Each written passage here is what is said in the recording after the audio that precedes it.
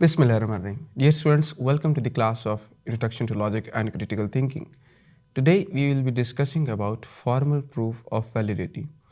A formal proof of validity is a structured way of demonstrating that an argument is logically valid, meaning that the conclusion necessarily follows from the premises.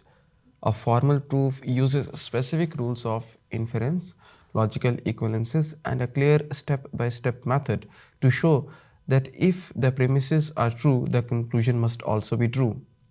In a formal proof, we work within a formal system or framework that is often symbolic logic or propositional logic, where symbols represent statements and logical rules govern how to manipulate those symbols. The proofs must be valid in the sense that no step contradicts the rules of the logic. Now let us see some of the key components of the formal proof. The very first component are the premises. The starting assumptions or propositions that are taken to be true are referred to as premises. Now what are the rules of inference? These are the logical rules that basically allows us to derive conclusions from the premises. There are certain examples including hypothetical syllogism. The statement that we are trying to prove is true based on the premises and rules of the inference. In formal proof, each step logically follows from the previous step, either by applying the rules of inference or by recognizing the equivalence of the statements.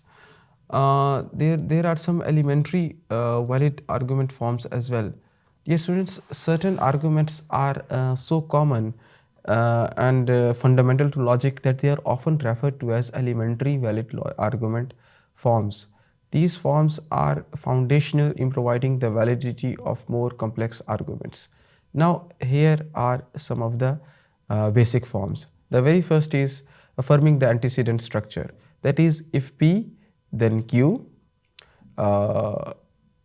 therefore Q.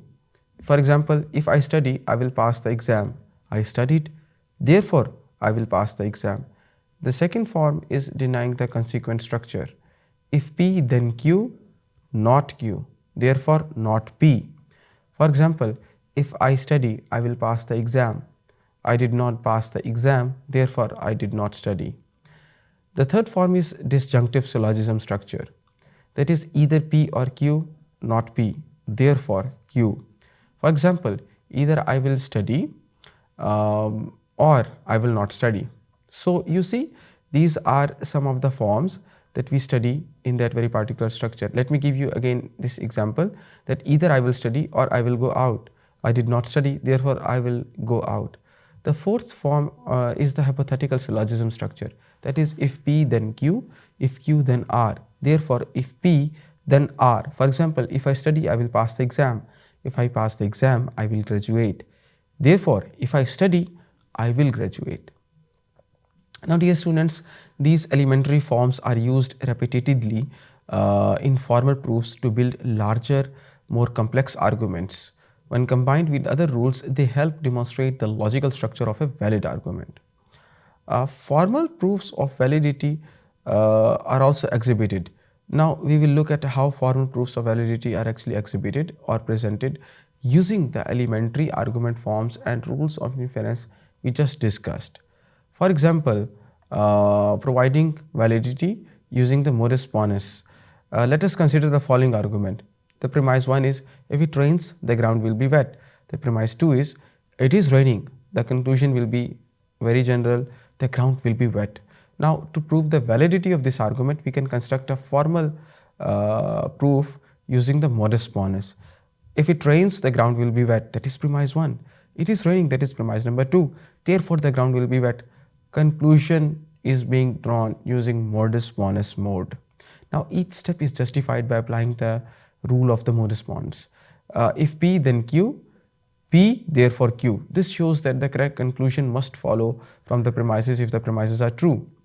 Let us see another example where we prove validity using the modus tollens. Let us look at an argument that is based on the modus tollens premise. Premise number 1 is, if I study, I will pass the exam. Premise 2 is, I did not pass the exam. The conclusion is, I did not study.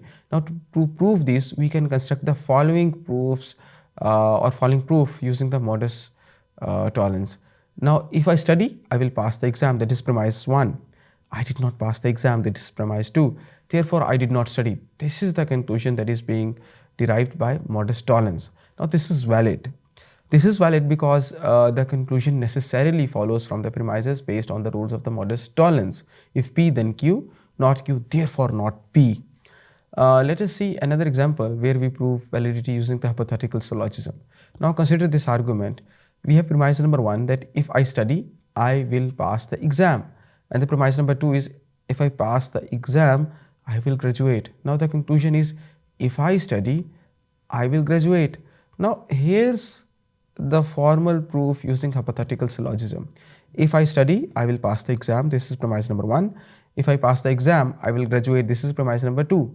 Therefore, if I study, I will graduate. This is the conclusion by hypothetical syllogism. Now this shows how two conditional statements can be chained together to arrive at a valid conclusion.